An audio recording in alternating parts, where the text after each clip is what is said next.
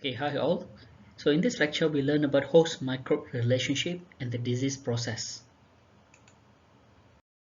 So at the end of the lecture, students will have a clear understanding on the type of host-microbe relationship and could able to differentiate between infection and diseases, and also will have a clear understanding on the disease process and contributing factors. Okay, normal flora. Normal flora, also known as a normal microbiota. So this refers to the microorganism that colonize the human body either inside or on the surface without producing any disease. So in other words, normal flora means microorganism that found in human body but then they're not producing any disease. And normal flora can be divided into resident flora, which means microbes that are always present in or on the human body. For example, Staphylococcus aureus found on our skin all the time. And on the other hand, transient flora is persists for hours to months and then disappear.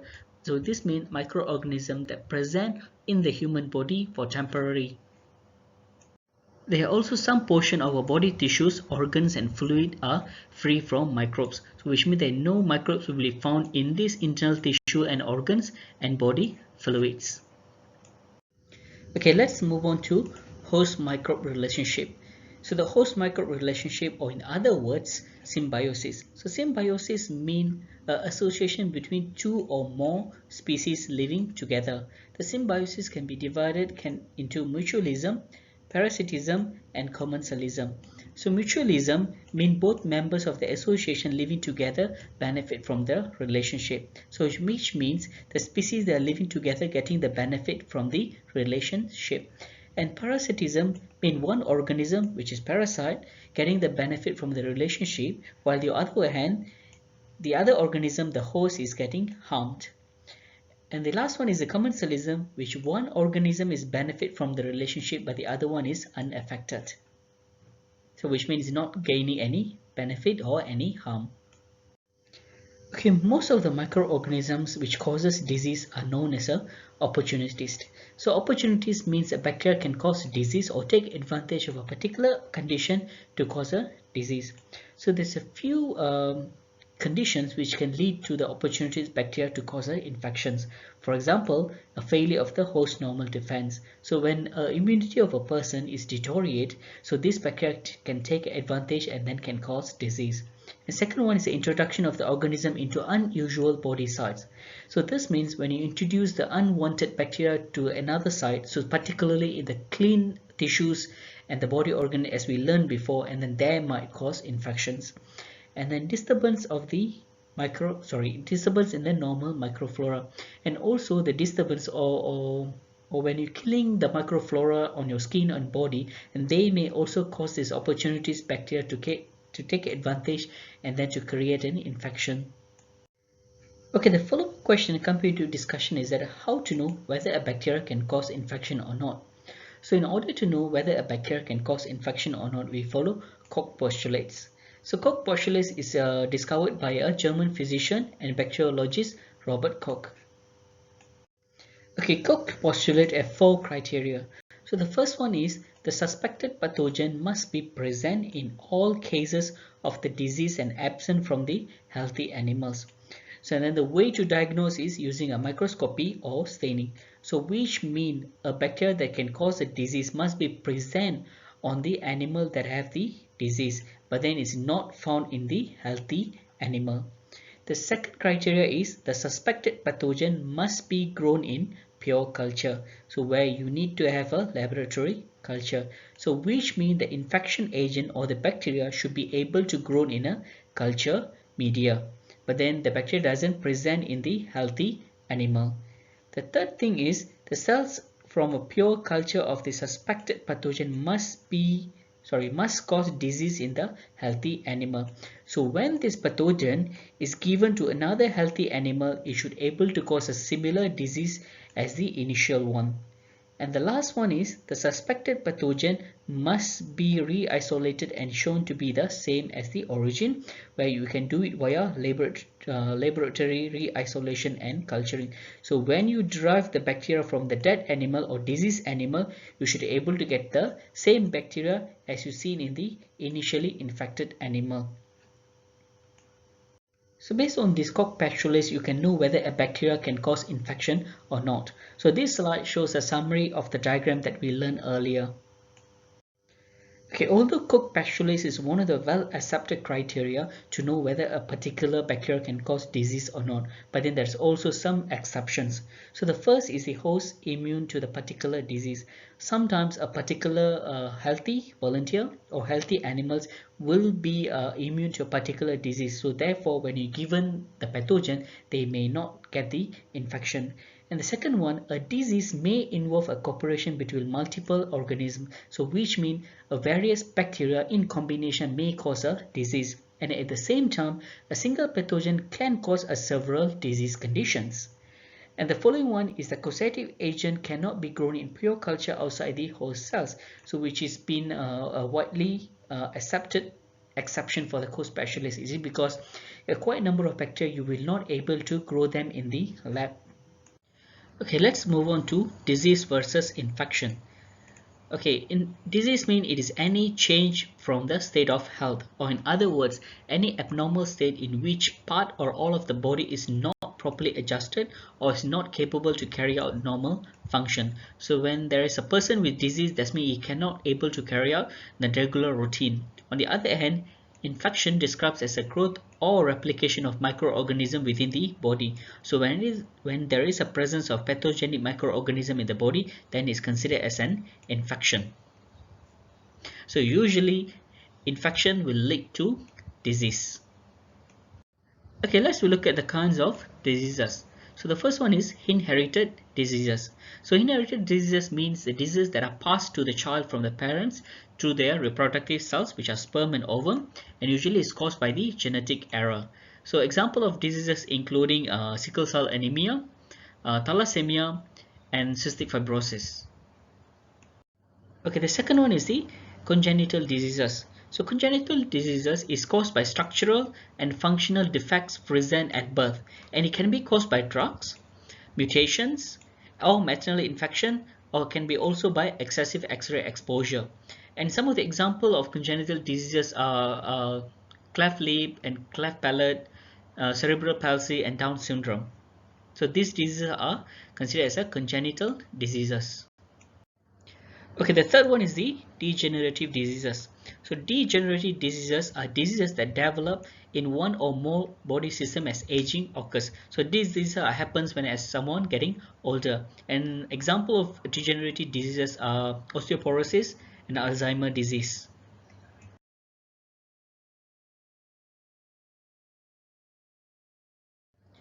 Okay, the fourth is the nutritional deficiency diseases. So as the name tells you, this disease are caused by the lack of nutrients which are vital to the metabolism of the cells. For example, scurvy, which is a lack of vitamin C, and rickets is a vitamin D deficiency.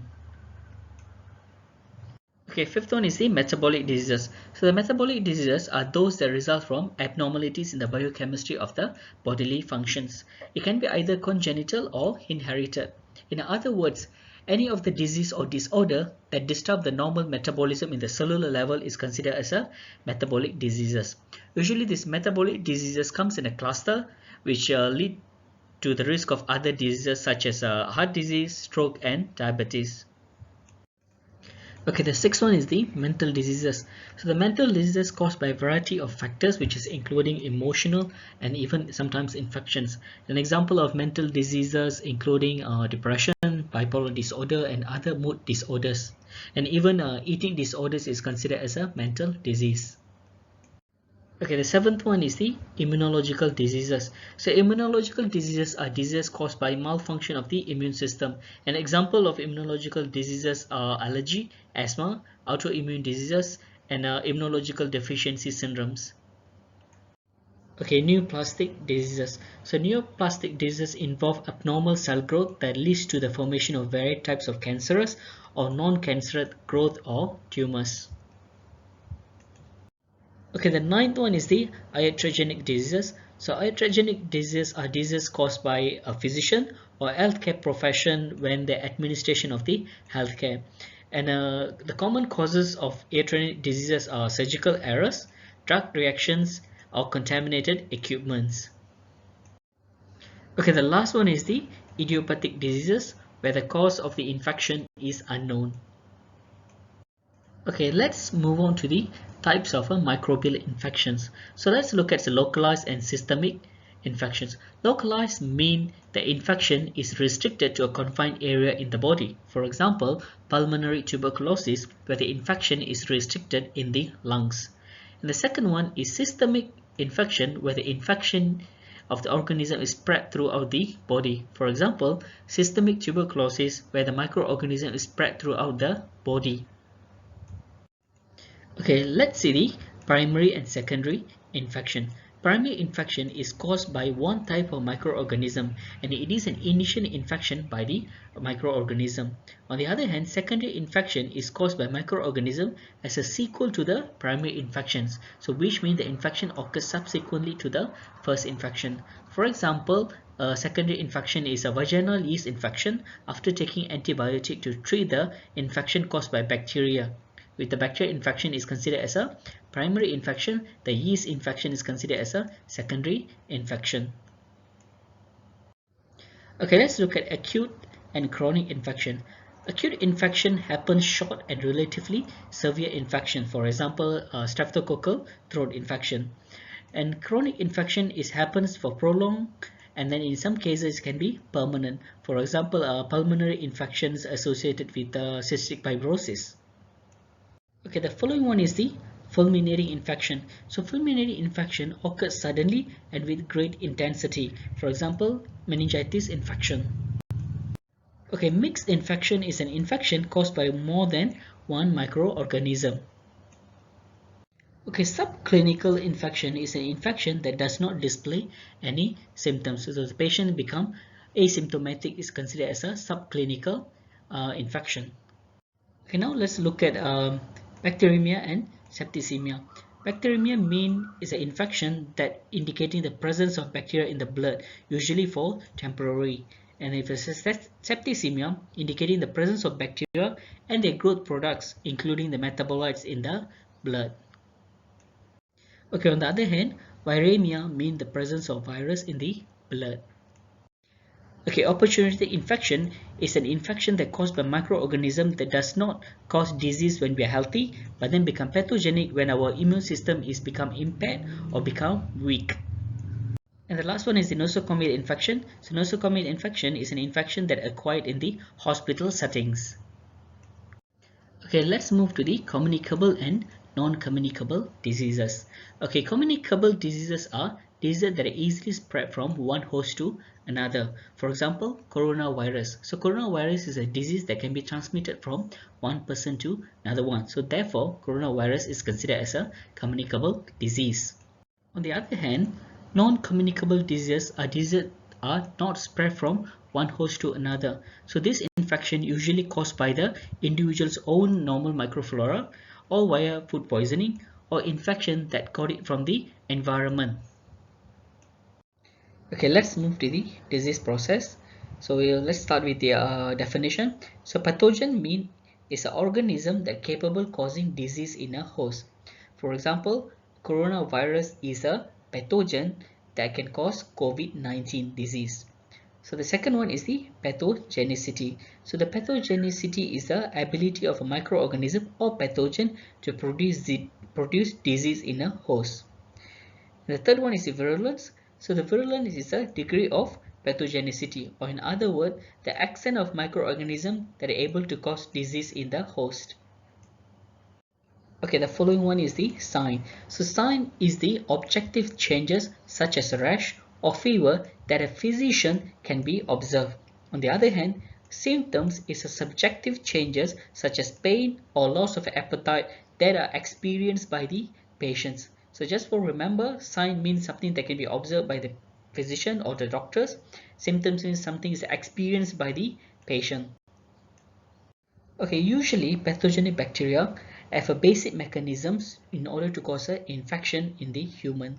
So the mechanisms are invasiveness and toxigenicity. So invasiveness means the ability of a microorganism to establish a residence in the host, leading to structural damage to the cells and interference with the metabolic reactions. So this means the microorganism should be able to stay in the host cells to cause an infection, and usually this is facilitated by the presence of capsule, components of the cell wall, and enzymes. Okay, the second one is the toxigenicity.